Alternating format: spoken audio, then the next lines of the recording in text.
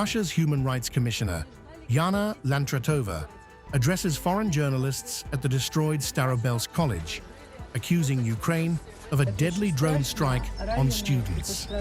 Moscow is showcasing the site as evidence, taking its narrative directly to global media.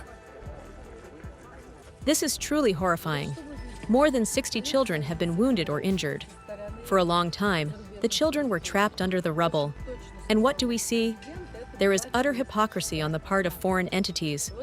Our president put it very accurately. This was a terrorist attack.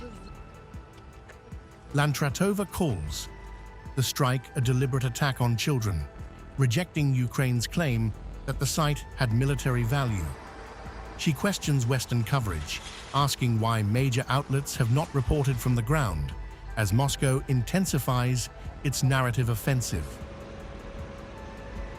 It was the deliberate killing of children. That is what it is called. And what can we see now happening on international platforms? Representatives from various countries are saying that this is a staged event, that it's a fake spread by the Russian media, and that objective media outlets cannot confirm it because they can't come here.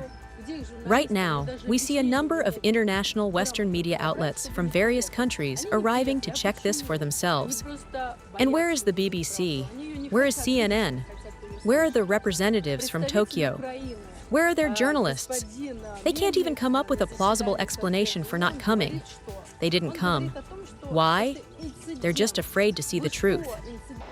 Survivors describe explosions ripping through dormitories as students fled in panic.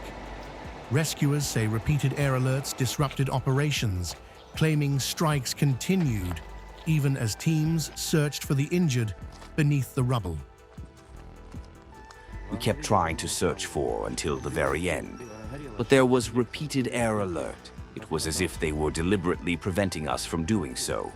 They took away the children's last chance so that we couldn't save them.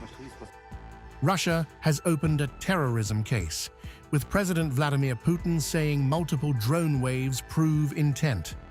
Local authorities declared mourning days as officials frame the incident as a grave attack on civilians. Children can't be theirs or ours. Children are always children, and children are sacred. Firing at children is strictly forbidden, and by having done such an act, to be honest, I don't even know how to explain it. There is just no explanation for it. More than 50 foreign journalists were taken to the site as Moscow pushes its version globally.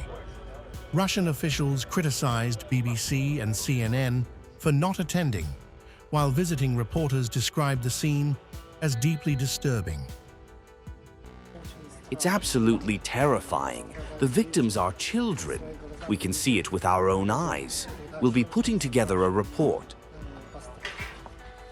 As competing claims deepen, the Starobelsk strike has become more than a battlefield incident. It is now a global narrative flashpoint. Moscow is amplifying its accusations before international media, while Kyiv maintains it targeted military-linked sites. In this war, the battle for truth is now as fierce as the fight on the ground.